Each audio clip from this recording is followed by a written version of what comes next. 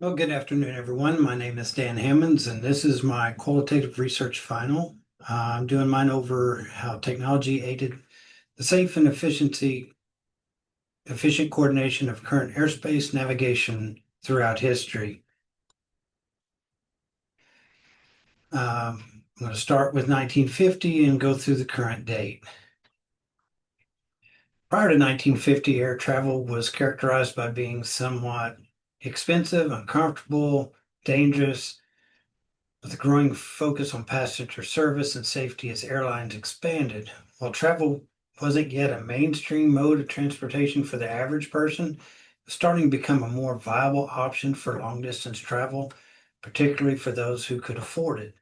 So my paper is going to be over the technology and innovations that help make air travel safer and more efficient with between the FAA and the air traffic control.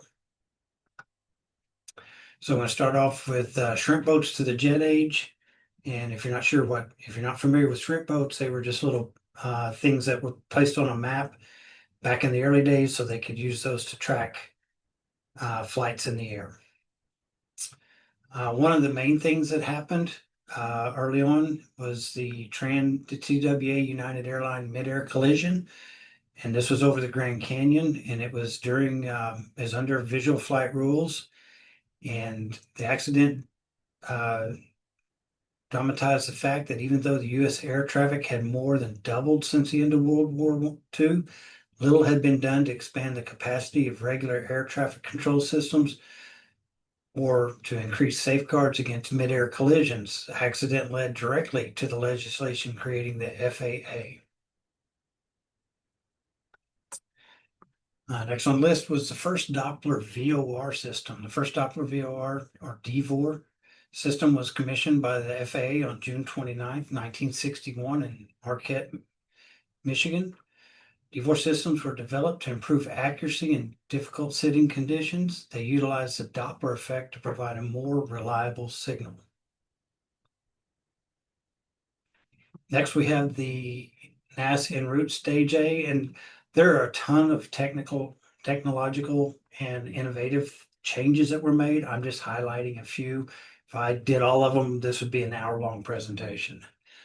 But the NASA en route stage A was a semi-automated air traffic control system used by the FAA for en route between airport operations. It was the first major step towards automating air traffic control and was operational by 1970, with all route centers in the contiguous United States having the capacity by 1973. Next, we have the GPWS, the Ground Proximity Warning System. This was designed to prevent controlled flight into terrain. It warns pilots of potential hazards such as obstacles on the ground. When the aircraft's flight path is dangerously close to them, GPWS alerts pilots through visual and auditory cues, prompting them to take corrective action. When a GPS warning is triggered, pilots should immediately initiate an escape maneuver, which includes disconnecting autopilot and auto throttle, advancing thrust, and climbing at the maximum angle. The ARSR-3 is operating in the L-band long-range air surveillance radar. It's used to detect azimuth and range of en route aircraft operating between FAA terminal areas. The ARSR-3 is a dual-channel radar with two separate transmitters, with each a powerful klystron receiver and signal processing channels utilizing adjacent frequencies. A minimum frequency separation of 25 megahertz and orthogonal polarization prevents co-interference. The common radar data processing is done by using an 8-bit processor. The reflector antenna provides a cosecant squared beam shaping. It also allows improved high elevation, short range cover by using two horns for a high and low beam. In addition, the ARSR-3 has a weather channel with associated processing to provide weather contour information in digital format. So my analysis of air travel from 1951 to 1979 is it experienced significant growth driven by advancement in technology, particularly the introduction of jet aircraft, and a gradual increase in affordability. Early in this period, air travel was a luxury primarily for the affluent and business travelers. However, as jet technology matured and fares declined, air travel became more accessible to a wider segment of the population. Global air passenger traffic experienced substantial growth, increasing by over 10% per year between 1950 and 1970. Throughout this period, there were ongoing improvements in aircraft safety and flight operations, leading to a decrease in accident rates. And here you see them, a little graph between 1960 and 1980 with showing the tremendous drop in fatal accident rate going into the 1980s. All right, as we go into the 1980s, we have a lot of technology advances, but there were still some challenges remaining.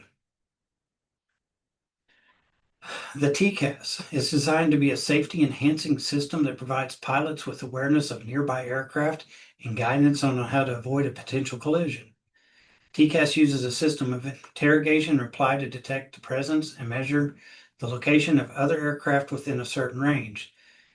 TCAS provides two types of advisories. The TAs, these indicate the presence of other aircraft in the vicinity, along with their relative altitude and position. The RAs, these are recommended maneuvers, typically vertical, to help pilots maintain or increase vertical separation between aircraft. TCAS can be operated in different modes, such as standby, transponder, traffic advisory, and automatic TARA. The PRM, the Precision Runway Monitor, system used for parallel or slightly offset instrument approaches, allowing two or more aircraft to land on closely spaced runways simultaneously. This was first used in Denver, and the system constantly monitors the position and status of aircraft, allowing controllers to quickly identify potential deviations. The PRM systems include automatic alerts designed to draw the controller's attention to any potential problems before they become critical. And what this did was enabled simultaneous approaches to closely spaced runways. This helped increase the arrival and departure rates, especially in inclement weather. Next, we have the ETMS. This is a system used by our traffic management personnel to predict on national and local scales traffic surges, gaps, and volume based on current and anticipated airborne aircraft. Traffic management personnel evaluate the projected flow of traffic into airports and sectors, then implement the least restrictive action necessary to ensure that traffic demand does not exceed system capacity. We have some alerted sections. Monitor alert, part of ETMS, analyzes traffic demand for all airport sectors and airborne reporting fixes in the continental United States, then automatically plays an alert when demand is predicted to exceed capacity in a particular area. And you can see on this graph here. Armed with this information, traffic management personnel examine the situation, then provide routes and spacing to assist in controlling the flow of traffic. GPS, we've learned a lot about that in this class, and the benefits of GPS to aviation transportation was enhanced safety of flight throughout the region, seamless navigation services based on standardized navigation service and common avionics, increased system capacity, reduced separation minimums resulting in increased capacity and capabilities, significant savings, reduced costs, further economies from reduced maintenance and operation of unnecessary ground-based systems, improved ground and cockpit situational awareness, increased landing capacity for aircraft and helicopters. The ASDE-3, the FAA used radar systems called Airport Service Detection Equipment to monitor service traffic at airports. So what this is it's mainly, it allows them to see not only planes in the air, but also planes on the grounds or even other equipment to help prevent runway incursions. The map is continuously updated, allowing controllers to monitor traffic movement and take appropriate actions. My analysis of air travel from 1980 to 1999. Between 1980 and 99, the airline industry experienced significant growth and transformation driven by deregulation, increased passenger demand, and technological advancement. This period saw a shift from highly regulated environment to a more competitive market, leading to both challenges and opportunities for airlines. Airline travel became more accessible and affordable, contributing to a boom in travel, both domestically and internationally. In the 1980s, in-flight entertainment was much simpler, with passengers primarily relying on reading materials or watching one shared movie on a large screen. Later advancements included the induction of in-seat video screens and more diverse in-flight entertainment options, gradually evolving the flying experience. Me personally, flying in the early 80s, a lot of the flights had in-flight meals. You don't see that anymore. I think even on my flight to Hawaii, we didn't have an in-flight meal. Here's another graph from 1980 to 1999. You can see it's still a continuous decline in the number of fatal accidents and just an improvement in the overall safety through a lot of the advancements being made. All right, so we go now from 2000 to 24, growing demand for air flight. One thing that happened in the was the attack on the Twin Towers. What I found interesting in this was how quickly they were able to bring all of those planes in. You can see this along the top. Guided 4,500 planes carrying 350 passengers in U.S. controlled airspace to safe landings. Brought in 75% of those within an hour. Rerouted more than 1,100 of the 4,500 flights within the first 15 minutes. Cleared the skies over America in 2.5 hours and landed all planes at a rate of 30 a minute over that 2.5 hour period. TRACON, Terminal Radar Approach Control.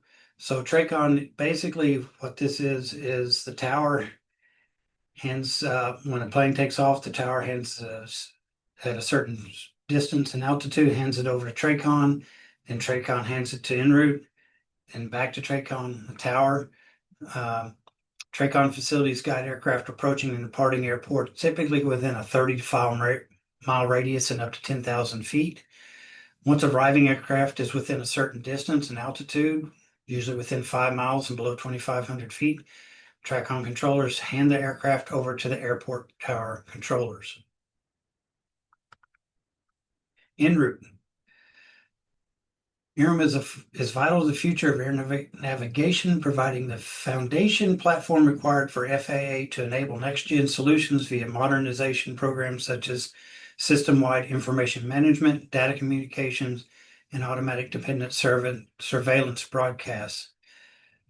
For the controllers, IRM provides a user-friendly interface with customizable displays. Trajectory modeling is more accurate, allowing maximum airspace use, better conflict detection, and improved decision-making. IRM substantially increases the number of flights that can be tracked. 2 functional identical channels with dual redundancy eliminates a single point of failure. See right here that it processes data from 64 different radars. Okay, more of our class.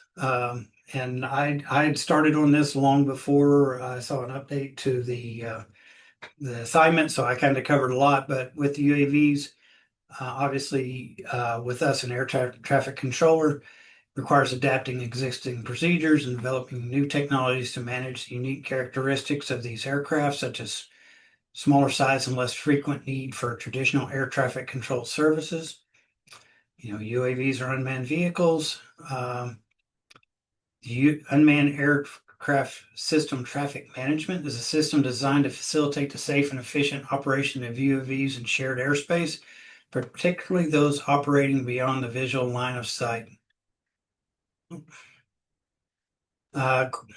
Coordination between drone operators and ATC is often handled through airspace authorization processes such as LAANC, which allows pilots to request permission to fly in controlled airspace near airports.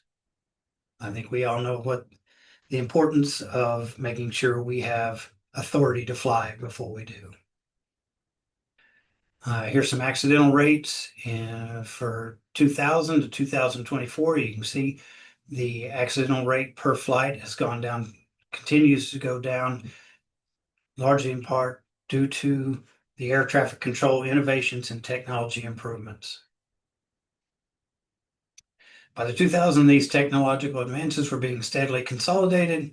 GPS systems were starting to replace ground-based navigation infrastructure, enabling free route airspace operations. The next decade witnessed several technology breakthroughs with the digitalization of air traffic control, remote tower technology, and even the launch of remote control centers supported by the increasing levels of automation.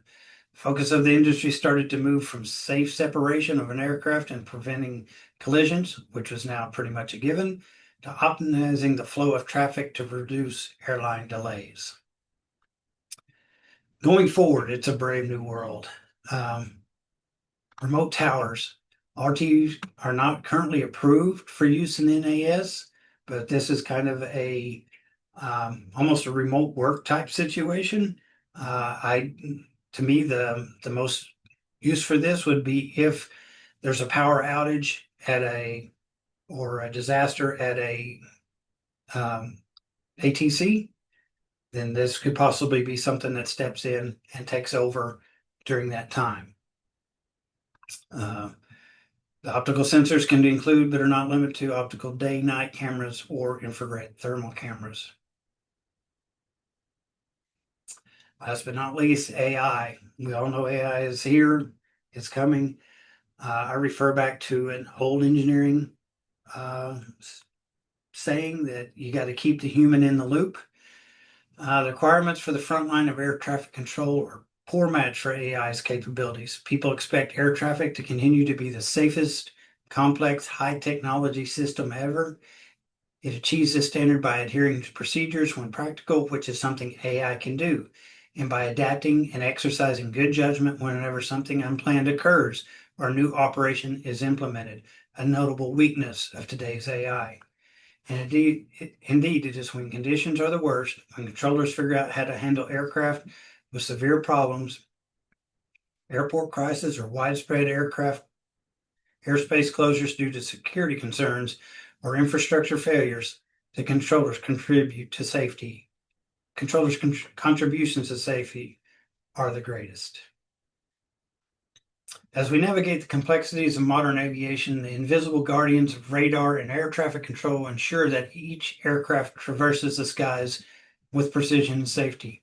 The continuous innovation in these technologies reflects a commitment to enhancing the air travel experience while addressing the challenges posed by increased air traffic. The advancements in radar and air traffic control systems not only shape the present, but also lay the groundwork for a future where skies remain open, accessible, and secure for generations to come. Thank you very much for your time. I'm sorry I could not be there today. I had a prior commitment for the past 10 years or so. I spend this week in Stillwater, Oklahoma, helping out with Special Olympics. I worked there for 3 days doing track meets and interacting with these just incredible athletes. And it's just a blessing for me. So thank you for your time. Enjoyed doing class with y'all. It was a blast. I can't wait for the next one. Thank you.